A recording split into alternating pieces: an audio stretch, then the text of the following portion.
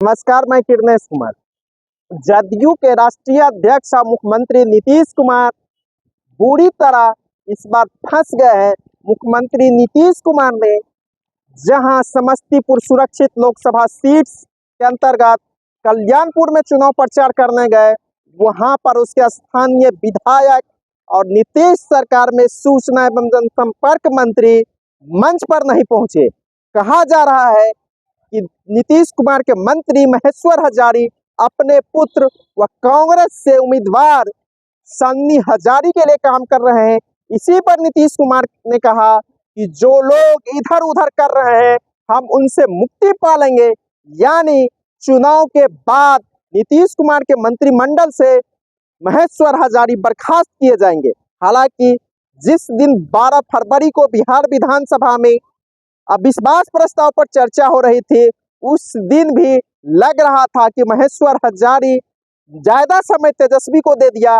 उससे नीतीश कुमार नाराज हो गए थे और नीतीश कुमार ने उसे उपाध्यक्ष के पद से इस्तीफा ले लिया था। उसके बाद उसे मंत्रिमंडल में शामिल किया गया, लेकिन जो विभाग दिया गया, सूचना एवं जनसंपर्क विभाग दिया गया, उससे महेश्वर हजारी खुश नहीं लग रहे थे।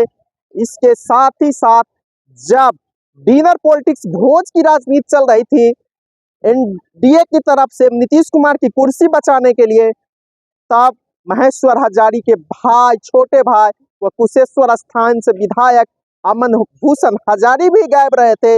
महागठबंधन की एक बैठक में जब नीतीश कुमार महागठबंधन के साथ थे, तो बैठक में ही नीतीश कुमार ने राजद एमएलसी सुनील कुमार सिंह और महेश्वर हजारी पर तीखी टिप्पणी की थी और दोनों को कहा था कि आप लोगों का मन बदल रहा है। लेकिन बाद में नीतीश कुमार का ही मन बदल गया और नीतीश कुमार भाजपा के साथ चले गए और महागठबंधन से अलग हो गए।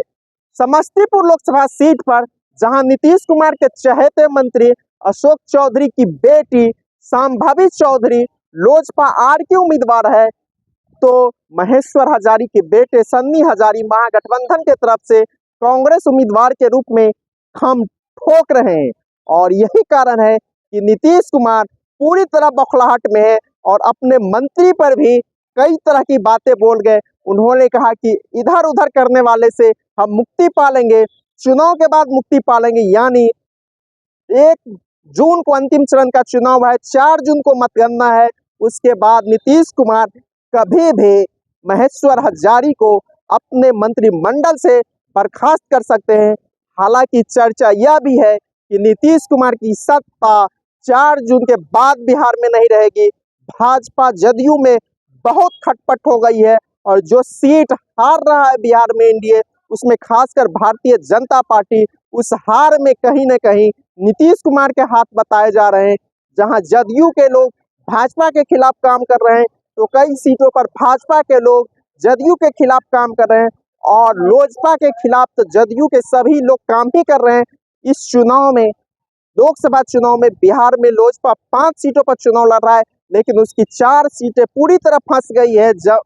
जमुई, समस्तीपुर, वैशाली और खगड़िया में लोजपा के उम्मीदवार फंस गए हैं और चिराग पासवान की घेरेबंदी भी पूरी तरह हाजीपुर में कर दी गई है। इससे ही नीतीश कुमार में और बौखलाहट है और नीतीश कुमार ने 2020 का बदला 24 में लोजपा के चिराग पासवान से ले लिया है। और यही कारण है कि समस्तीपुर में नीतीश कुमार पूरी तरह बौखलाहट में दिखे।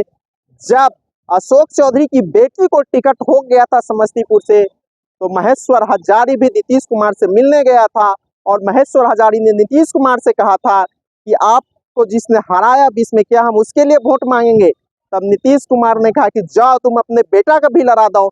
लेकिन जब महेश्वर हजारी अपने बेटे को कांग्रेस से टिकट दिला दिया और चुनाव मैदान में उतार दिया, तब वही नीतीश कुमार महेश्वर हजारी के खिलाफ बोल रहे हैं और उससे बर्खास्त करने की बातें भी होने लगी है। तो कहा जा सकता है कि 4 जून के बाद बिहार में बड़ा खेला होगा और जब महेश्वर हजारी से इस्तीफा लिया जाएगा तो अमन भूषण हजारी भी उससे अलग हो सकते हैं। तो नीतीश कुमार की सरकार जो 129 विधायकों के साथ सत्ता में है, उसकी सत्ता की चाबी कभी भी गड़बड़ा सकती है और वह सत्ता से विदाई हो सकती है। और यह भी है कि भाजपा ही नीतीश कुमार को सत्ता से विदाई कर सकती है। धन्यवाद। मैं किरणेश कुमार।